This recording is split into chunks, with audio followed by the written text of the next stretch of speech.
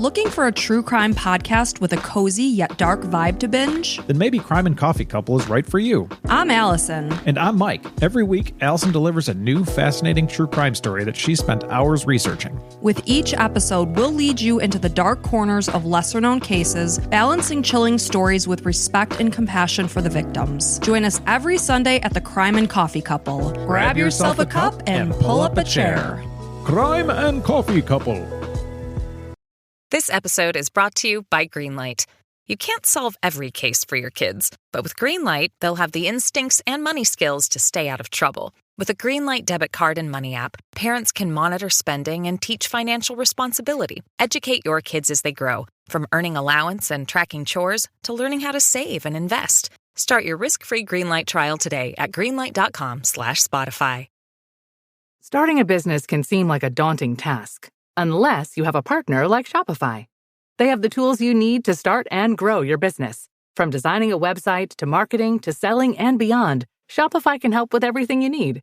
There's a reason millions of companies like Mattel, Heinz, and Allbirds continue to trust and use them. With Shopify on your side, turn your big business idea into... Sign up for your $1 per month trial at shopify.com/special offer. This podcast is an unscripted, unedited conversation about true crime. We take the cases very seriously, but I don't take myself seriously at all, and neither should you. Welcome to Wife of Crime. So, Russ, sometimes the most terrifying stories are the ones that happen when we least expect anything bad to happen. When being friendly and polite turns against you. We always talk about trusting your instincts. But what happens when there are no red flags? Until there are. This is the amazing survival of Sarah Brady.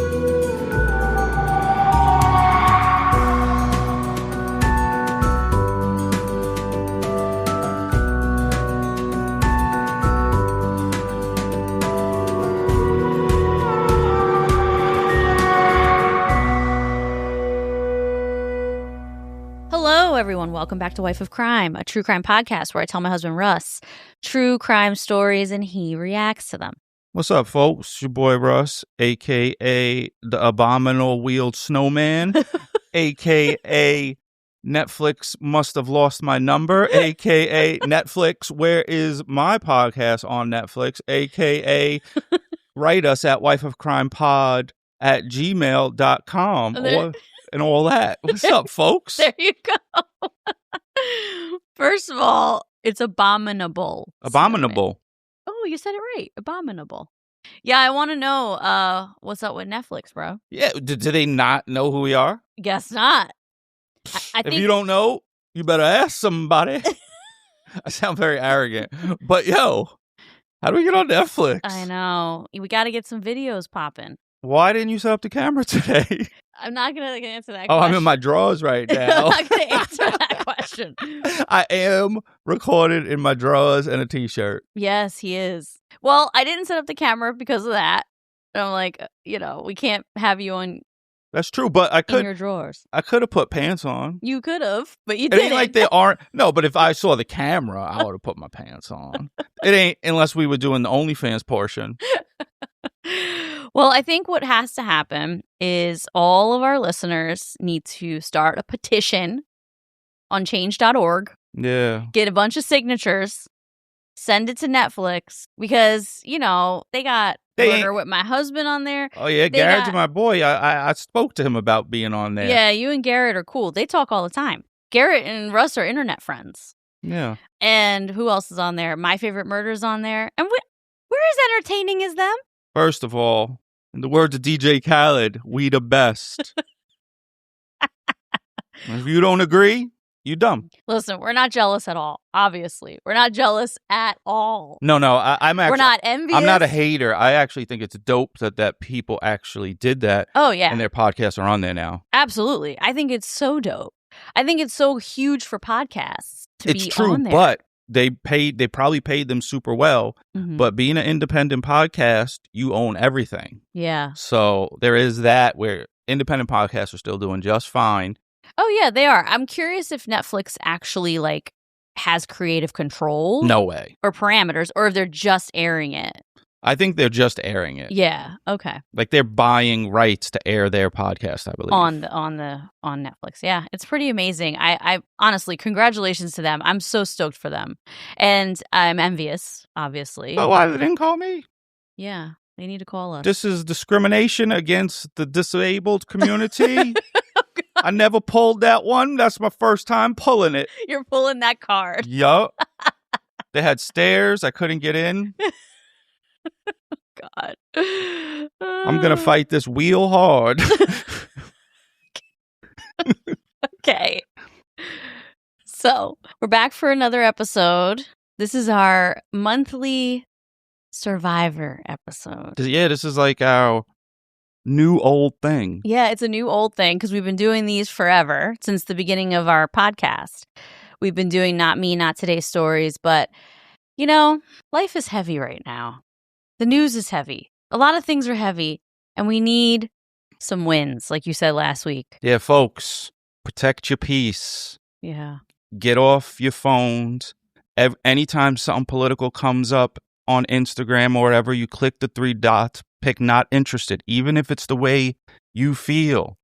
We don't need anybody telling us how to think. Yeah. Watch puppies, watch boobs, watch whatever's your thing.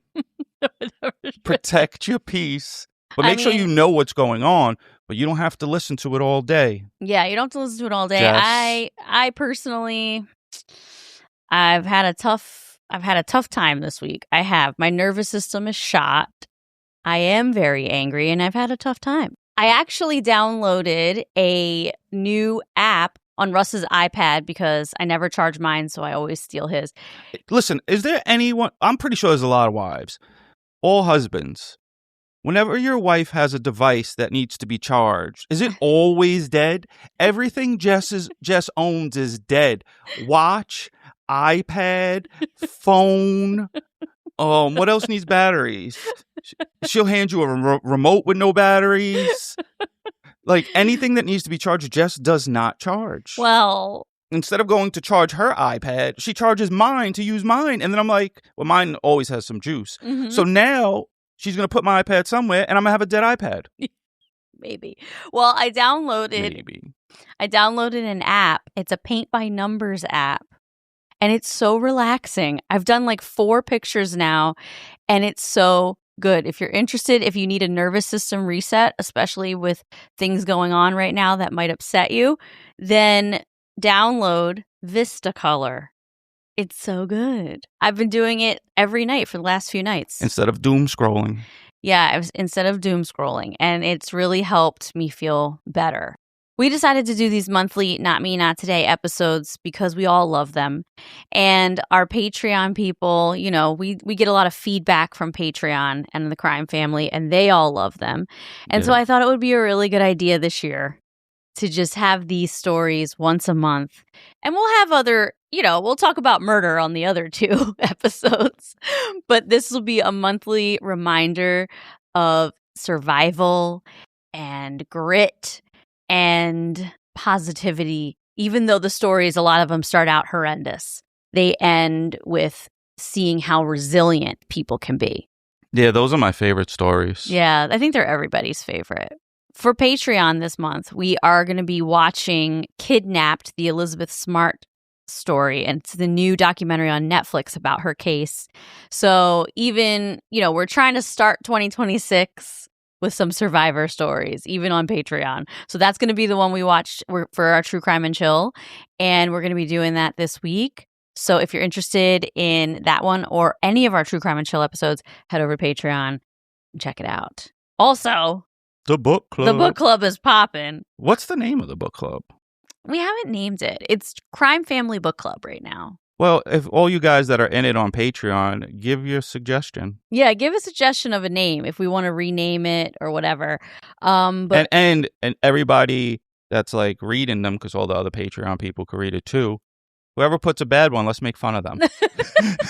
In the chat? Yeah. Okay. So it'll just turn into a giant roast. No, you know what? Everyone's going to get upset at each other. I want everyone to be friends. Yeah, we want everyone to be friends. So let's not make fun of one I do. Yeah, whatever Russ decides to name it, just make fun of that. The audiobook club? Well, yeah, there are a lot of people who did audio. And even people messaged me on Instagram and said, can I do audio? Or I want to join the book club, but I'd have to do audio. I was like, I don't care. Do I seem strict? Yes. No, I don't. They know you're very bossy. I am not. I'm bossy to you, but I'm not strict in general. No, you're bossy to everyone in your life currently. Well, whatever. It's all family. I'm a millennial eldest daughter. It is what it is. This is how we are. Now Okay? she admits it. Every millennial eldest daughter is just like me, and they all understand. Okay? We're all a little bossy, and it's just part of being an eldest daughter. Having a bossy wife is like a husband's torture for the rest of his life. Well, it's the life you chose, bro. So yeah, I'm not strict. You can do audio or read the book. I don't care what you do. Or get the Cliff Notes. Or read the Cliff Notes. I don't care what you do. As long as you want to participate. I posted some discussion questions already for the first part of the book. So yeah, there's a lot happening on Patreon. Head over there if you're interested. And I think it's time to get into this story. For our first Not Me, Not Today of 2026, I have an insane case. And just like all of them, it's so inspiring. So we talk a lot in true crime about evil people and the kind of danger that feels obvious if you're paying attention. But some of the most terrifying stories aren't about clear-cut monsters at all.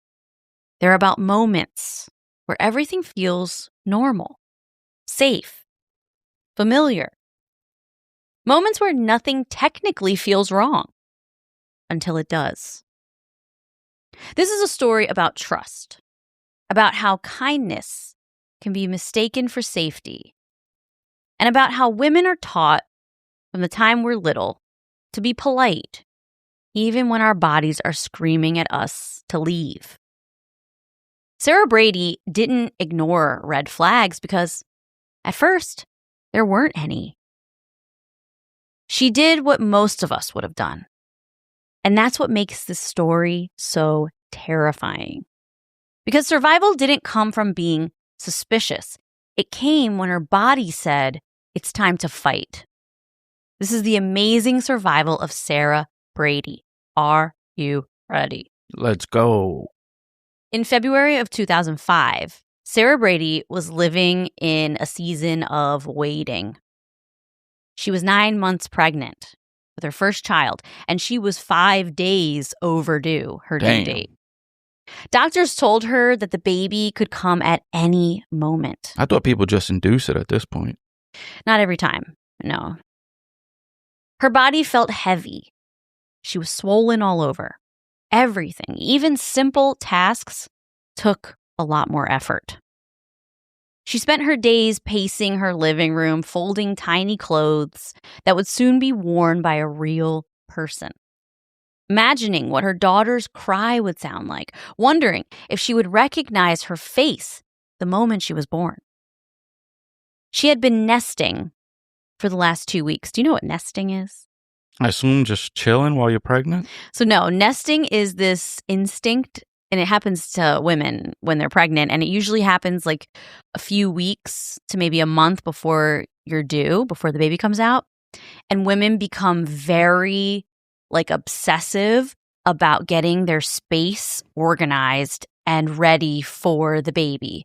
And so they call it nesting. So the moms... That reminds me of squirrels building a nest and stuff. I was watching a show recently. I watched a lot of nature shows, and they're about to have a baby, so they build a nest and lay their eggs. And so she'd been nesting for the last 2 weeks. The nursery was ready.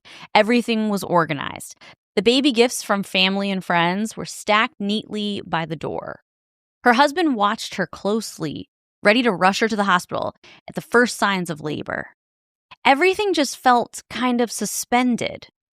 The world was moving around them, but they were standing still, waiting for this baby to come. This pregnancy was incredibly important because Sarah had been waiting for a baby for 9 years. Sarah and her husband Scott met in high school when Sarah was a junior and Scott was a senior. When they started dating, Scott had already had a child with another girl. But Sarah loved him, and wanted to be with him regardless. So at 17 years old, she was thrust into the role of a stepmom that early. That's too much. But she loved Scott, and she treated her stepson like he was her own child. After a year or so, the couple tried having a baby, but time after time, they just couldn't conceive. So now, after 9 years of trying, Sarah finally became pregnant with a baby girl. This baby was highly anticipated. Scott and Sarah were so excited. Trying. Doesn't everyone kind of try? Well, yeah, they probably had a lot of practice. Yeah. But you don't sound so bad. It's not bad, but you end up trying to go with your cycle and you hope you're getting pregnant. And for 9 years, if you really want to get pregnant and it doesn't happen, it's very sad and disappointing for people. Yeah. So when she finally got pregnant, she was so excited. Yeah, I never thought of myself when I got older, be like, oh, I'm going to have some kids. Like, it never even crossed my mind. Yeah, I mean, we're child free by choice. So, I mean, that's the way we decided to live. But other people really, really, really like want kids. Some people like want it since birth. It's almost like their purpose. Yeah. I mean, I guess it is your purpose to repopulate the earth. Like, that's what everybody does. They keep reproducing, every species. Yeah, I feel like there are a lot of women out there who have this like innate sense that they know they want to be a mom. And I never really, like especially once I got older and as an adult, I didn't have that like intense need to be a mom. So yeah, you mom me. Shut up. So this was really exciting time for them. So waiting for her to arrive felt like an eternity. As Sarah was folding tiny socks and onesies, the phone rang. There was a woman on the line who said her name was Sarah Brody, which is different from Sarah Brady. She explained that there had been a mix-up with their baby registries. She said, look, I'm pregnant and I registered at Babies R Us, and I think they mixed up our packages since our names are so similar. She told her one of Sarah's baby gifts had been delivered to her by mistake. She laughed a little, sounding embarrassed, and she asked Sarah how far along she was.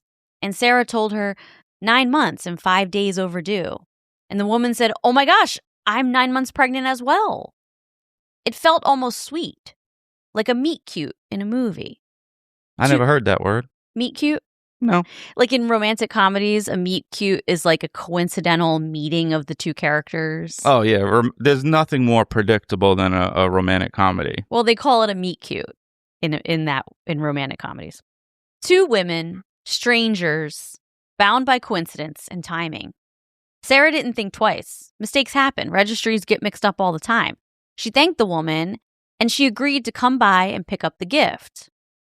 The woman gave Sarah her address, and so she headed over there.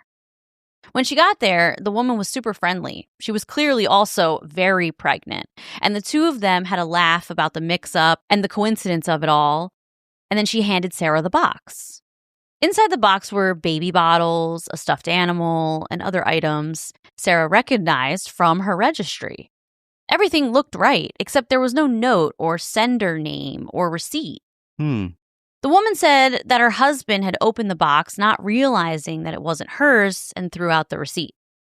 Sarah smiled and thanked her again and went home. Later that same day, the woman called again.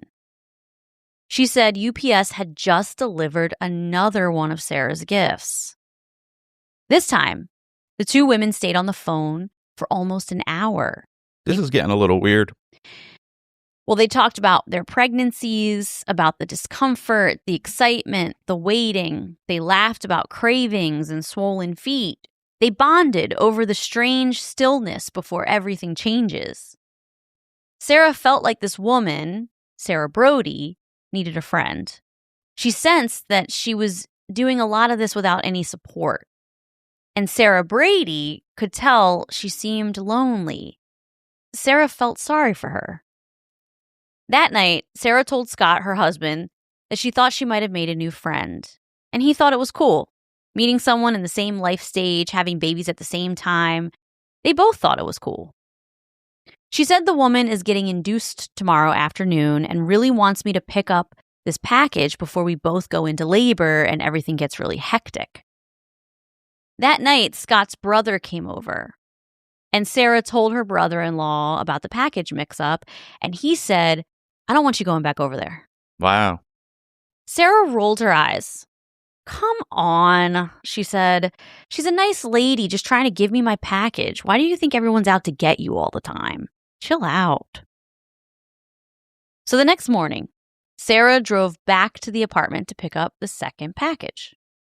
It's the new year, and I don't know about you, but when the new year comes, I start reevaluating everything that I need to refresh. Are you starting the new year with a wardrobe refresh? Well, if you are, Quince has you covered with luxe essentials that feel effortless and look polished. They're perfect for layering, mixing, and building a wardrobe that lasts. The quality shows in every detail. The stitching, the fit, the fabrics. Every piece is thoughtfully designed to be your new wardrobe essential. I love their cashmere sweaters. They are so soft and they feel like a designer piece without the designer price. It has definitely become a staple for me this winter. So refresh your wardrobe with Quince. Don't wait. Go to quince.com/wifeofcrime for free shipping on your order and 365-day returns. Now available in Canada too. That's QUINCE.com/wifeofcrime to get free shipping and 365-day returns. Quince.com/wifeofcrime. This episode is sponsored by BetterHelp. The new year doesn't require a brand new you. Maybe just a less burdened you. And for me personally, that's meant really looking at things I carry around, like pressure, doubt, and the constant feeling of needing to get everything right. Therapy can help you identify what's weighing you down or holding you back by offering an unbiased perspective so you can get better understanding of your relationships, motivations, and feelings instead of just pushing through them all the time. BetterHelp makes it easy to get matched online with qualified therapists. Their therapists are fully licensed in the U.S. and work under a strict code of conduct. They also do the matching work for you. You just answer questions on a short questionnaire, and it helps identify your needs. And if your match isn't quite right, you can switch therapists at any time. With over 30,000 therapists worldwide, BetterHelp has served more than 5 million people. Sign up and get 10% off at BetterHelp. That's betterhelp.com/wifeofcrime1, betterhelp.com/wifeofcrime1. When she walked in the apartment, Sarah Brody immediately locked the door behind them. She said, I hope you don't find that weird, but there's this old lady next door who's super nosy. I don't want her all up in my business. So that's why I locked the door. And Sarah's kind of like, okay, like that's a little weird. I just want my package, but whatever. I guess. I mean, I'm a huge door locker and Jess isn't, so. Sarah Brody goes and grabs the package and hands it to Sarah Brady. Again, there was no receipt. This time, Sarah clocked it. It didn't scream red flag right away, but it gave her a weird feeling. The woman apologized and insisted Sarah stay while she looked for the receipt. So they moved through the apartment together. Casual, ordinary. As she was walking through her apartment looking for the receipt, she kept talking about her excitement that she was being induced later today and how she couldn't wait to meet her baby. Wait a minute. Does she have like a basketball in her stomach? Just wait. Then they walked into the bedroom. And that's when something shifted.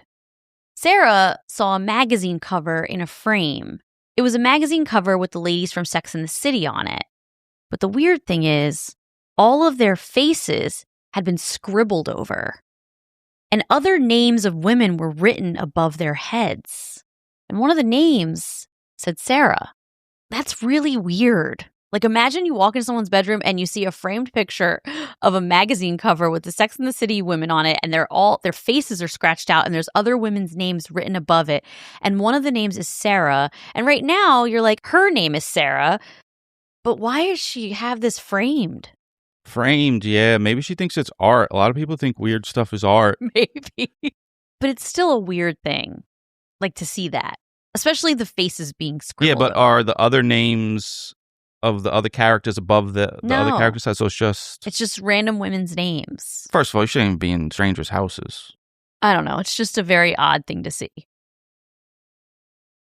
As she's looking at the picture, the woman says, "Why are you carrying around your car keys? Are they your security blanket or something?" And Sarah, now in her head, is like, bro, I gotta get the fuck out of here. This is getting weirder and weirder by the minute. As she goes to leave the bedroom, something catches her eye. On the nightstand, Sarah noticed an asthma inhaler. She doesn't know why she looked at it, but her eyes stopped there. And printed across the plastic was the name Katie Smith, not Sarah Brody. And it landed heavy. Before Sarah could say anything, before she could even process the feelings that's rising up inside of her, the woman collapsed and started screaming and saying she was going into labor. Sarah rushed over to help her into the bathroom. Sarah's 9 months pregnant, trying to help another 9-month pregnant woman from falling. And she's doubled over in pain and she's screaming. And Sarah asks, "Did your water break? We need to call 911. The two women are crammed in this little bathroom. And then all of a sudden, her screaming and moaning stopped abruptly. She grabbed Sarah's arms, looked up at her in the eyes, and Sarah saw something she said she would never forget. She looked up at me with this dead look in her face, almost demonic, like her whole personality changed. To this day, it makes me sick even thinking about it, the evil that poured out of her. That's a quote from Sarah. Sarah said all the hair on her body stood up, and she knew she had to get out of there now. She pulled the woman's hands off of her and started walking fast toward the door. As she was walking, she says, "Okay, I'm going to go now. You need to call your doctor." The woman follows Sarah back toward the front door, and Sarah turns. The woman asked for a hug. But before she could refuse, she just grabs her, wraps her arms around her, and squeezes tighter and tighter. Sarah is trying to push her off. But while hugging her, the woman reached in her pocket and pulled out a knife. Oh. "You're not going anywhere, you fucking bitch," she said. Sarah immediately reached up and swung her arm, knocking the knife out of the woman's hand. Nice. Sarah is now leaning against the love seat, trying to get to the front door, and Katie pushes Sarah and flips her over the love seat. Sarah landed right on her stomach. And Katie jumped on Sarah's back. Oh, shit. And was hitting her in the head with a round glass candy dish over and over again. At this point, Sarah's trying hard to get up, but she started thinking, oh my God, me and my baby are going to die. Like, she landed on her belly. She said in that moment, pictures of people she loved started flashing in her mind. Her husband, her stepson, her mom, her baby. She said she mustered up as much strength as she possibly could, and she threw Katie off of her back, and Katie hit the ground. Let's go. Sarah ran to the front door. She got it unlocked, and she had to make her way down the hallway to the door of the building, so she just starts running as fast as she can. And suddenly she feels Katie's breath on the back of her neck. Katie grabs her head and starts banging it into the glass door at the front of the apartment building. See, now all this is going on. What I'm thinking, though, is her family knows where she went. Yeah, they do know where she is. She then grabs her by the hair. Sarah falls to the ground, and Katie drags her by the hair back into her apartment. Wow. Sarah just starts fighting with everything she had, punching, kicking, flailing, anything she could do to create distance. At one point, Sarah got on top of Katie and just starts punching her in the head and face, hoping she would knock her out, and then Sarah could run. But Katie was able to get her off, and now the two women are exhausted and bleeding, and Sarah then tries a different tactic. She said, look, let's go to the hospital and check our babies. We don't have to do this. Let's go to the hospital. We'll make sure our babies are okay. Sarah said, Katie, please.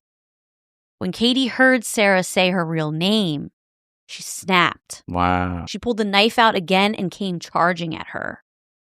Sarah grabbed the blade of the knife, held on to it as tight as she could, and it was cutting through her palm. I thought that only happens in the movies. No, she has a giant scar on her palm today. She's a strong woman. Sarah then starts twisting the blade until finally Katie's hand slipped, probably on Sarah's blood, and the knife came out of her hand. Sarah grabbed the knife handle and just starts swinging the knife at Katie, but Katie kept charging towards her. She's crazy. And then Sarah stabbed her in the shoulder. Let's go. She fell back on the love seat, and blood started spreading all through Katie's sweatshirt. Katie looked up at Sarah and said, "You stabbed me, you stupid bitch." Sarah ran out of the apartment screaming for help. She called 911 on her cell phone as she was running, and she just kept screaming into the phone, "Help, help, help." She flagged down a passing van. They pulled over, and then she immediately passed out on the ground. Meanwhile, in the apartment, Katie called 911 as well. She told them, "A woman named Sarah broke into my apartment. I tried to fight her off, but she stabbed me." Oh, my God. So cops show up, and they see this pregnant woman outside on the ground, bloody and in shock. And then they go in and they see another woman who is bleeding and stabbed. They transport both women to the hospital. Katie Smith would be pronounced dead shortly after arriving at the ER. Oh, shit. Sarah thought she stabbed Katie in the shoulder, but she actually stabbed her through a major artery in her neck.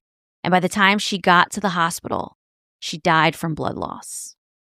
After a few hours of being in the hospital, police come to Sarah and begin questioning her. They asked Sarah why she thought Katie was pregnant. Sarah said, "Because she was. I saw it with my own eyes. I saw she was pregnant." But the cops said, "No, she wasn't." Wow. Police soon arrived on the scene and found shocking evidence. A Spalding basketball. Even weirder. Inside Katie's closet, officers found a padded belly suit. Oh, it was real. Stained with blood. So she must have taken it off, before the cops showed up and hid it in her closet. It was a pregnancy disguise that Katie wore to convince friends, family, and Sarah that she was pregnant. Wow, but that gig could only last 9 months, and she said she was 9 months. Mm-hmm. The police also discovered a nursery stocked with diapers, formula, toys, a crib. Inside a diaper bag, they found some of the most disturbing evidence. Katie had stocked the bag with surgical gloves, cutting instruments, medical gauze, and a homemade umbilical clamp. She was going to try to steal the baby. She told everyone. I knew it. I fucking knew it. She had that energy. I don't know what it was. Well, she told everyone around her that she was pregnant, and everyone really thought that she was, but Katie was never pregnant. Like, she really goes. She's like, "Well, I'm 9 months pregnant. I got to have a baby. I'm going to go get a baby." That's so crazy. I mean, it's demonic, but her dedication to her lie to keep it going is, I don't know, unprecedented. Yeah. Well, she had planned to kill Sarah and then steal her baby. Wow. Despite all the evidence, the case took a surprising twist. Sarah became the focus of the investigation. So some members of Katie's family alleged that Sarah had been planning to sell her baby to Katie for $5,000, but then changed her mind and decided to kill her instead. I don't know if someone made this up because they were angry about Katie being killed, but when some of her family members said this to cops, then cops started questioning Sarah. Can you imagine? That's such bullshit because they've been trying for 9 years. Like, they wouldn't give that baby up for nothing. Of course. But cops, they are hearing all these different sides. And you can't be biased. You have to just listen to both sides and investigate. That's tough. But I can't imagine being 9 months pregnant. Someone tried to kill you. You literally fought for your life. You killed this person in self-defense. I mean, imagine the anguish that she's going through. And now police are starting to treat her like a suspect. As soon as they saw the pregnant suit, that should have like been very clear that Katie was the crazy one. I mean, definitely. It's definitely crazy. Sarah was questioned by police and forced to take a 6.5-hour lie detector test. What the fuck? During the investigation, police pretty quickly found that Sarah was not at fault. Detectives now say Sarah wasn't the only expectant mother that Katie had targeted. You know what? Because she's going to be trying to induce labor or something somehow. The child might not make it. She's just a person in the house ripping babies out. I know, it's so crazy. She had backup plans. Katie had faked 3 other pregnancies in the past and found women's personal information on online baby registries. As they looked deeper into Katie's past, they found out that Katie had a history of lying about being pregnant all the way back to middle school. They also discovered that when she was in high school, she accused her stepfather of molesting her, and he was given a 20-year sentence. Oh my God. After this all came out, he appealed his conviction and was released from prison after serving 5 years, stating that Katie Smith was clearly mentally ill and lied about these molestation allegations. Well, I hope they didn't happen. Now, no one actually knows if she lied about that. The looming question still remains. Did she lie about being molested, or did the trauma of the molestation cause her to lie and become obsessed with motherhood and pregnancy? Still no excuse for the things she did, though. Oh, absolutely not. I'm not saying it's an excuse. Because I don't necessarily always care why someone did something. If you did something terrible, you just did. I don't care. Yeah, no, I agree. It's just, it's interesting because he got out after only 5 years of his sentence, like after he appealed. But like, should he have stayed? Did We don't he know. actually do it? Should he have stayed in prison? Like, we don't know. Well, right now, there's only one person in the world that knows. And that's him. Clearly, she couldn't have had a baby on her own. And some people believe she felt abandoned by her own mother after her stepfather went to jail. So was she yearning for motherhood and unconditional love so much that she would murder and try to extract another woman's baby? Or was she just evil all along? It's a classic nature versus nurture question. Because if she was lying about being pregnant since middle school, and she did lie about her stepfather molesting her, she sounds like she's been evil since she was a kid. Was she having sex in middle school? Was she like whose baby was she saying it was? What Who other knows? 12-year-old kid? I don't know. Because I think that's middle school. Yeah, that's middle school.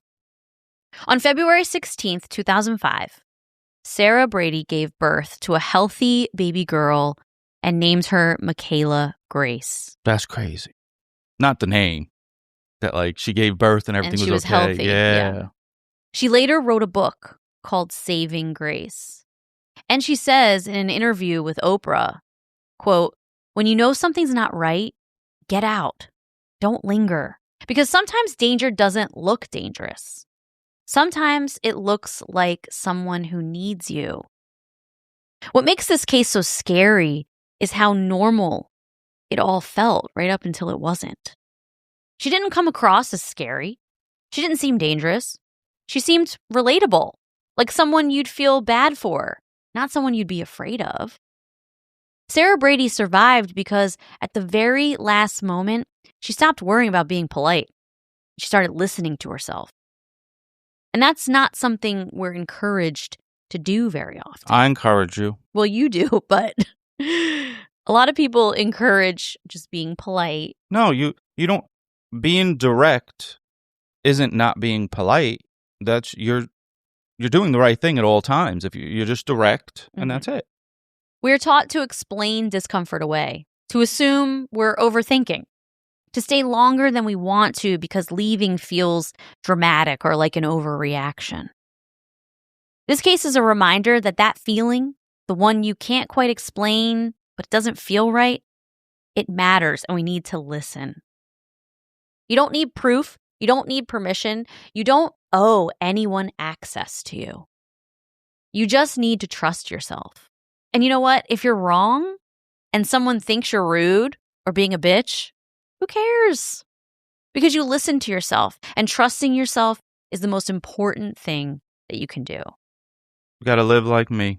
It's really true. I mean, we talk about this in many cases about trusting your instincts and listening to your instincts and doing things that you feel you need to do in the moment, whether it comes off rude or not.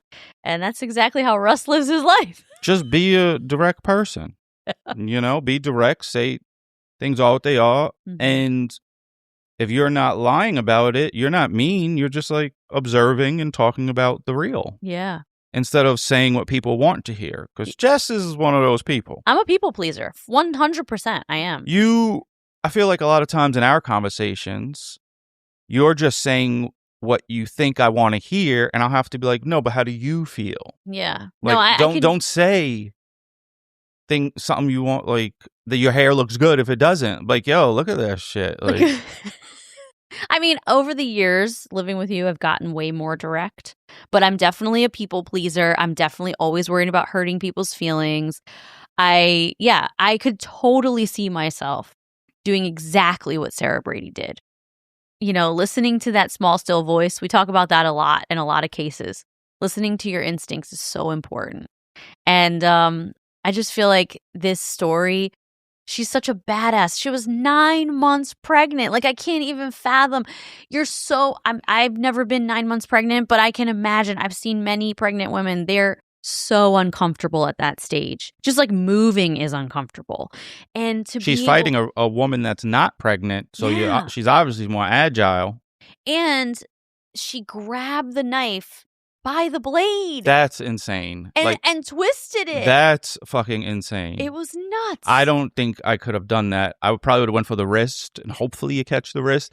But grabbing the knife, I saw that in a movie or something not too long ago, and it made me like cringe. Like, oh.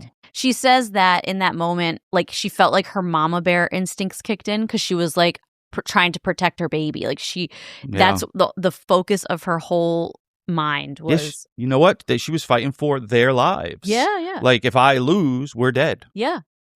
And so I get, you give it all you got. Yeah, she did totally.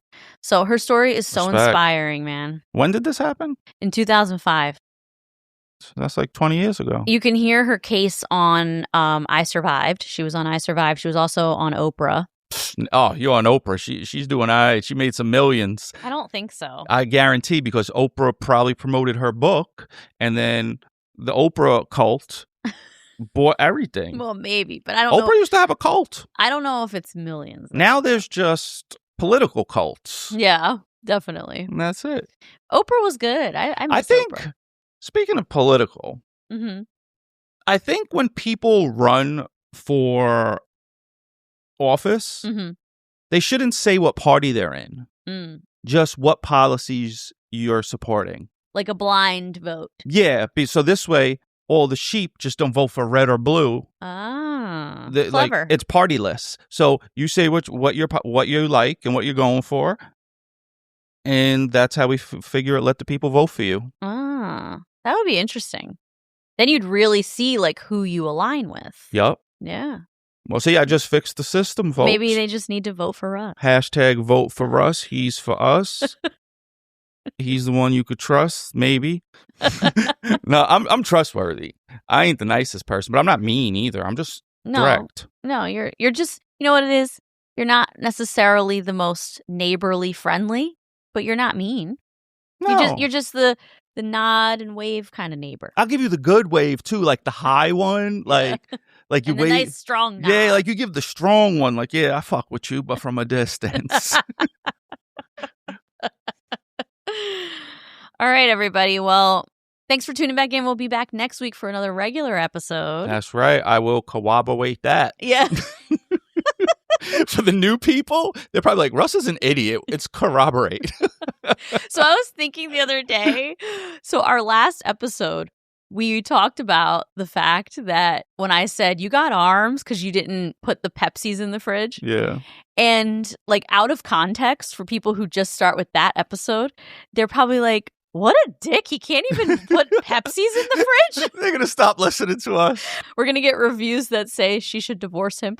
But no, it just made me laugh because I'm like, these people were talking about how you just refuse to put your Pepsis away. And since they don't know everything that's happened in the last 2 years, they don't realize you're in a wheelchair. Crazy. They probably were like, what a dick. Yeah, like put the sodas away. Well, joke's on you. Check us out on Instagram at Wife of Crime Pod. ClutchDefenseCo.com. Yes. That's where you get the snitch and the baddie bundle. And Clutch Defense on Instagram. And Facebook at Wife of Crime, the Crime Family. And Patreon at Wife of Crime, the Crime Family. And we will check you next week. Talk to you later. Bye.